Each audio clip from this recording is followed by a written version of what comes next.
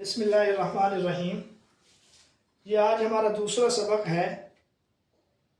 حدیث مقبول کی جو آگے مختلف تقسیمات ہیں اس لحاظ سے گزشتہ سبق میں ہم نے یہ پڑھا تھا کہ حدیث یا تو وہ مقبول ہے یا مردود ہے۔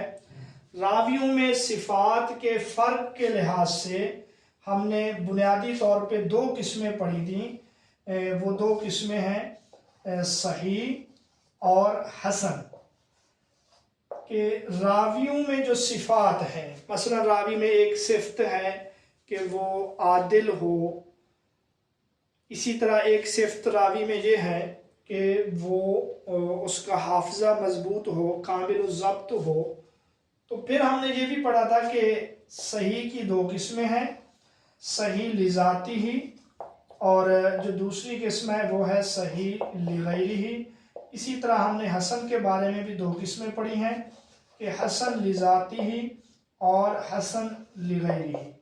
اب ہم ہر ایک کی تعریف پڑھیں گے کہ یہ جو صحیح لذاتی ہی ہے اس میں 5 شرطوں کا ہونا ضروری ہے۔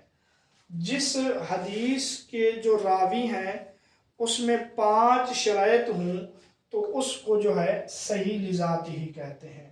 پہلی شرط یہ ہے کہ اس کی سند متصل ہو، یہ شرط اول ہے، سند متصل ہو۔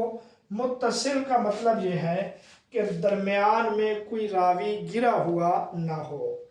دوسری شرط یہ ہے کہ تمام راوی عادل ہوں، یہ اس کی دوسری شرط ہے۔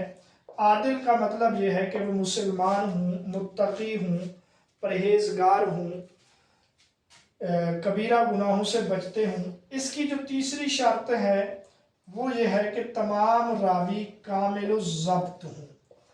کامل الضبط کا مطلب یہ ہے کہ ان کا حافظہ مضبوط ہو۔ یہ جو ضبط ہے، کامل الضبط، اس کی پھر دو قسمیں ہیں۔ ضبط کی دو قسمیں ہیں۔ پہلی قسم کا نام ہے ضبط بالصدر۔ ضبط بالصدر کا مطلب یہ ہے کہ وہ چیز سینے میں اور حافظے میں محفوظ ہو، یعنی راوی حدیث کو سن کر اس کو ذہن میں اور حافظے میں بٹھا لے۔ ضبط کی جو دوسری قسم ہے وہ ہے ضبط بالکتابت۔ اس کا مطلب یہ ہے کہ راوی جو ہے اس حدیث کو سننے کے بعد اس کو لکھ لے۔ بہرحال صحیح لذاتی ہی کی یہ 3 شرطیں ہو گئیں۔ چوتھی شرط جو ہے وہ ہے شاذ نہ ہو، کہ وہ روایت شاذ نہ ہو۔ آخری شرط یہ ہے کہ وہ معلول نہ ہو۔ یہ صحیح لذاتی ہی کی 5 شرطیں ہیں۔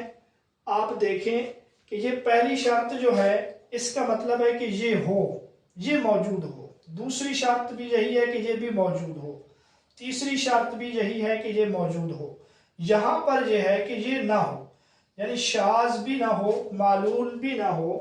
تو 3 شرائط کا پایا جانا ضروری ہے اور 2 کا اس میں نہ ہونا ضروری ہے۔ اس کو جو ہے صحیح لذاتی ہی کہتے ہیں۔ اچھا، اس کو سمجھنے کے بعد اب ہم حسن لذاتی ہی کو سمجھیں گے، کیونکہ صحیح کے بعد اگر ہم حسن کو سمجھ لیں تو لغیرہ ہی اور یہ دونوں سمجھنے آسان ہو جائیں گے۔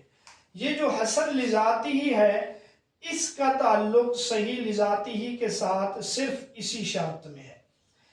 اگر یہ جو کامل الضبط ہے، کامل کے مقابلے میں بولا جاتا ہے خفیف، خفیف الضبط۔ تو یہی فرق ہے صحیح لذاتی ہی اور حسن لذاتی ہی میں، کہ صحیح لذاتی ہی کی یہ جو تیسری شرط ہے کامل الضبط والی، یہ حسن میں خفیف الضبط ہے۔ اس کو خفیف بھی کہتے ہیں، اس کو ناقص الضبط بھی کہتے ہیں۔ تو اسی تیسری شرط میں فرق ہے۔